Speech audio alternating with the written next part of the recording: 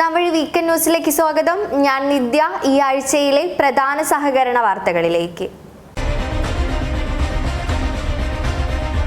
ഉന്നത പഠനത്തിന് നൽകി വരുന്ന സഹകരണ വിദ്യാഭ്യാസ സ്കോളർഷിപ്പിന്റെ മാനദണ്ഡത്തിൽ മാറ്റം വരുത്തി സഹകരണ വകുപ്പ് ഉത്തരവിറക്കി.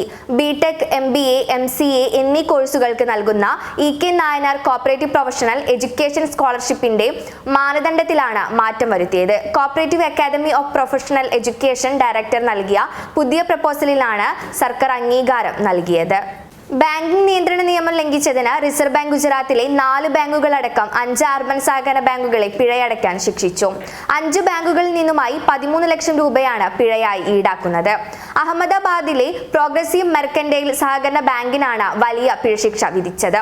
ഈ ബാങ്ക് 7 ലക്ഷം രൂപ പിഴയൊടുക്കണം. മറ്റു ബാങ്കുകളിൽ നിക്ഷേപം ഇടുന്നതുമായി ബന്ധപ്പെട്ട വ്യവസ്ഥകൾ ലംഘിച്ചതാണ് കുറ്റം. 2023 മാർച്ച് അവസാനം വരെയുള്ള കണക്കനുസരിച്ച് രാജ്യത്ത് 1502 അർബൻ സഹകരണ ബാങ്കുകളാണുള്ളതെന്ന് റിസർവ് ബാങ്ക് അറിയിച്ചു. 2004 മാർച്ചിൽ ആകെ 1926 അർബൻ ബാങ്കുകളാണ് ഉണ്ടായിരുന്നത്. 20 വർഷത്തിനുള്ളിൽ ലയനത്തിലൂടെയും പ്രവർത്തനം നിലച്ചതിലൂടെയും അപ്രത്യക്ഷമായത് 400-ലധികം അർബൻ ബാങ്കുകളാണ്.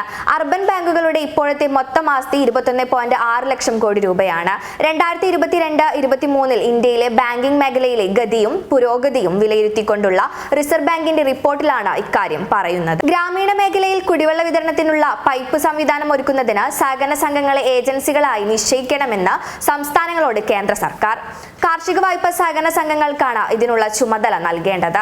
സംസ്ഥാനങ്ങളും കേന്ദ്രഭരണ പ്രദേശങ്ങളും സഹകരണ സംഘങ്ങളെ അംഗീകൃത ഏജൻസികളായി അംഗീകരിച്ചാൽ കേന്ദ്ര ജലവിഭവ വകുപ്പിന്റെ പദ്ധതികൾ ഇവയ്ക്ക് നേരിട്ട് ഏറ്റെടുക്കാനാകുമെന്നും കേന്ദ്രം അറിയിച്ചിട്ടുണ്ട്. 2023 സഹകാരി കർഷക അവാർഡിന് കേരള ബാങ്ക് അപേക്ഷ ക്ഷണിച്ചു. സംസ്ഥാന തലത്തിലാണ് അവാർഡ്. മികച്ച നെൽകർഷകൻ, ക്ഷീര കർഷകൻ, പച്ചക്കറി കർഷകൻ, സമ്മിശ്ര കർഷകൻ, മത്സ്യ കർഷകൻ, തോട്ടവിള കർഷകൻ എന്നിവർക്കാണ് അവാർഡ്. പ്രാഥമിക കാർഷിക വായ്പാ സംഘങ്ങളിൽ അംഗങ്ങളായിട്ടുള്ള കർഷകർക്ക് അപേക്ഷിക്കാൻ അർഹതയുള്ളൂ. മധ്യപ്രദേശിൽ ഹൈക്കോടതിയുടെ ഇടപെടലിനെ തുടർന്ന് 10 വർഷത്തിനു ശേഷം സഹകരണ സംഘങ്ങളിലേക്കുള്ള തിരഞ്ഞെടുപ്പിന് വഴി തെളിഞ്ഞു. 2014 ഇതിനു മുമ്പ് സംഘങ്ങളിലേക്കുള്ള തിരഞ്ഞെടുപ്പ് നടന്നത്. ലോക്സഭാ തിരഞ്ഞെടുപ്പിന് മുമ്പ് സഹകരണ സംഘം തിരഞ്ഞെടുപ്പ് പൂർത്തിയാക്കാനാണ് ഹൈക്കോടതി നിർദ്ദേശിച്ചിരിക്കുന്നത്. എറണാകുളം ജില്ലയിലെ വൈപ്പിൻ നിയോജക മണ്ഡലത്തിലെ ടൂറിസം വികസനത്തിന് സഹകരണ ബാങ്കുകളുടെ കൺസോർഷ്യം രൂപവൽക്കരിച്ച് പദ്ധതി നടപ്പാക്കുമെന്ന് മണ്ഡലത്തിന്റെ MLA ആയ KN ഉണ്ണികൃഷ്ണൻ അറിയിച്ചു. കൊച്ചി താലൂക്കിലെ 8 സഹകരണ സംഘങ്ങളിലെ അംഗങ്ങൾക്ക് സമാശ്വാസ ഫണ്ട് വിതരണം ചെയ്യുകയായിരുന്നു അദ്ദേഹം.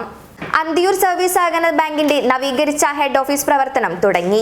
CPM area secretary Parakkuzhi Surendran ഉദ്ഘാടനം നിർവഹിച്ചു. ബാലരാമപുരം ഗ്രാമപഞ്ചായത്ത് പ്രസിഡന്റ് V മോഹനൻ അധ്യക്ഷത വഹിച്ചു. ചെക്യാർഡ് സർവീസ് സഹകരണ ബാങ്ക് മുഖേന ഇടപാടുകാർക്ക് നൽകുന്ന അംഗസമാശ്വാസ നിധിയും മരണമടഞ്ഞ വായ്പക്കാർക്ക് നൽകുന്ന റിസ്ക് ഫണ്ട് വിതരണം ചെയ്തു. ചെക്യാടുള്ള ബാങ്കിന്റെ ഹെഡ് ഓഫീസിൽ നടന്ന പരിപാടിയിൽ വടകര താലൂക്ക് സഹകരണ സംഘം അസിസ്റ്റന്റ് രജിസ്ട്രാർ P ഷിജു വിതരണം ചെയ്തു. മാനമംഗലം ക്ഷീരോത്പാദക സഹകരണ സംഘത്തിൽ പാലിന്റെ മൂല്യവർദ്ധിത ഉൽപ്പന്നങ്ങളുടെ നിർമ്മാണ പരിശീലനം നടന്നു. സംഘം പ്രസിഡന്റ് ജോർജ് പന്തപ്പള്ളി പരിശീലന പരിപാടി ഉദ്ഘാടനം നിർവഹിച്ചു.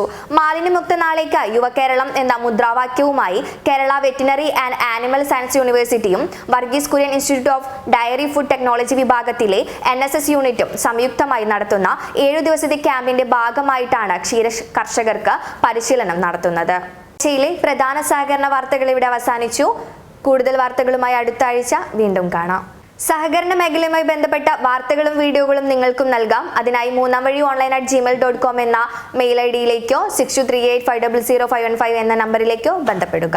പുത്തനുണർവും പുതുപ്രതീക്ഷയുമായി പുതുവർഷത്തെ വരവേൽക്കാൻ ഒരുങ്ങുന്ന എല്ലാവർക്കും മൂന്നാം വഴിയുടെ ഹൃദയം നിറഞ്ഞ പുതുവത്സരാശംസകൾ.